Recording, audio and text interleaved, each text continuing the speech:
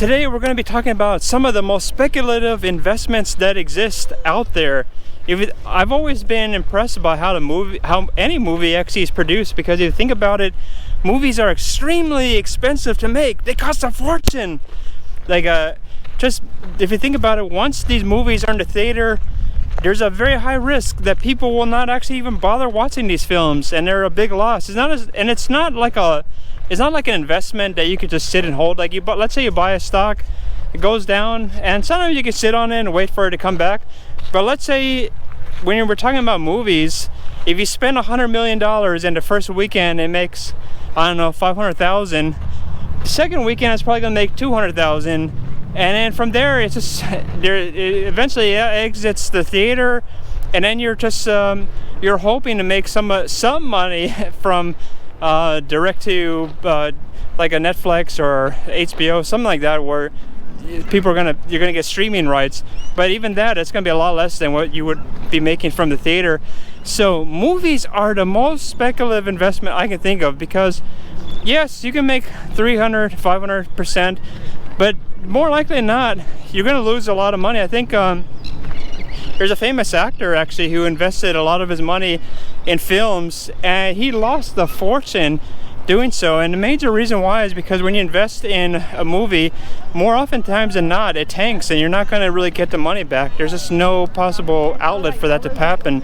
So movies are absolutely an investment I would stay clear of. Don't invest in this. Like, I wouldn't. It's just high risk, low reward. Why bother?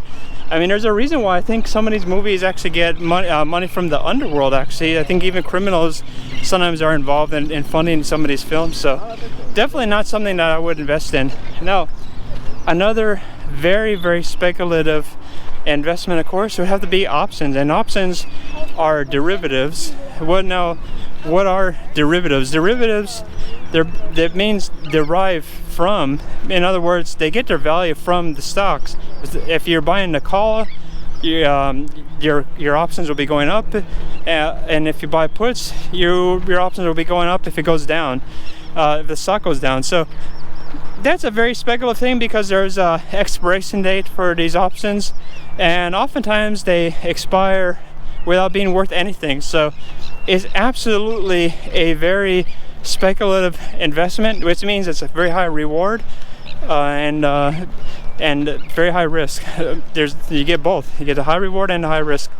Now, the third one would be startups. Startups, that's definitely one of the most speculative investments you can make, because these companies haven't proven themselves.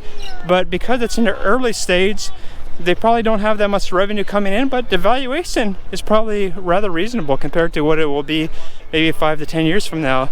So I definitely think that when it comes to startups, that's why everybody wants to be investing in a startup, is mainly precisely because of the opportunities that are presented from something when it's at the early stage. Imagine if you had bought Amazon right when it was starting out, and instead of waiting to today to buy it. That's one reason I think startups are one of the best speculative investments, because you get to be in on it very early on. For speculative investment that exists, it has to do with investing in your own small business, because most businesses fail 90%, and especially with Shopify store, stuff like that, most people do terribly at it. Don't follow what people say on YouTube and stuff like that. Everybody says how much they make.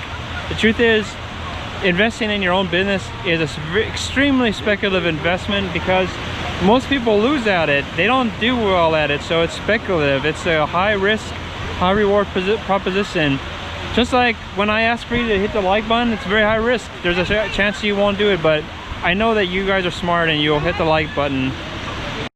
So another thing that I like about startups is that you're getting the company so early on that when this company starts doing really well, you're going to be making so much money. I think that's one reason why startups are one of the best speculative investments you can possibly get. In fact, I'm curious about a lot of these startups as well. I think anybody who has quite a bit of money is trying to find the earliest companies, because these companies actually need money too when they're at their very early stage.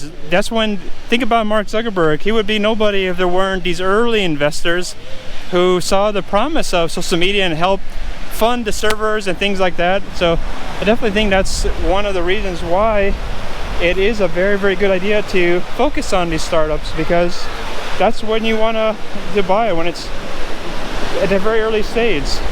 So it's just like the ocean. Ocean is a wonderful spot, and it's best to catch the wave early. There's actually even a financial theory about Elliott waves. It's kind of complicated to talk about it in a financial video, but this idea that things happen in cycles, right? Isn't that right, Danny? The Elliott wave is like these cycles. There's like a rhythm to financial markets, and the same is true in the ocean. Making a lot of sense. And then the last speculative investment, the one that I'm starting to really be a big fan of, has to be Bitcoin, because we're at a very early stage of the cryptocurrency revolution, because it's only been around for probably like seven years now in terms of when people started paying attention to it. And if you think about anything, has it reached its peak after 7 years? I don't think so. I think something like this is only starting to now really catch on with the public, and it's getting quite a bit of attention. So I think that's another reason why it's a very, very, very good idea to pay attention to this speculative market and invest in it, because you're probably going to make a lot more money than a lot of other things that are more mature. Think about Google. Everybody's using Google already, or Facebook. Everybody's on there, and I think that's unlikely to go up 100 times in the next 4 years. So I hope that you enjoy this wonderful scenery here, and maybe you can subscribe and hit the like button, and we'll talk about some other financial ideas together. Talk to you in the next video.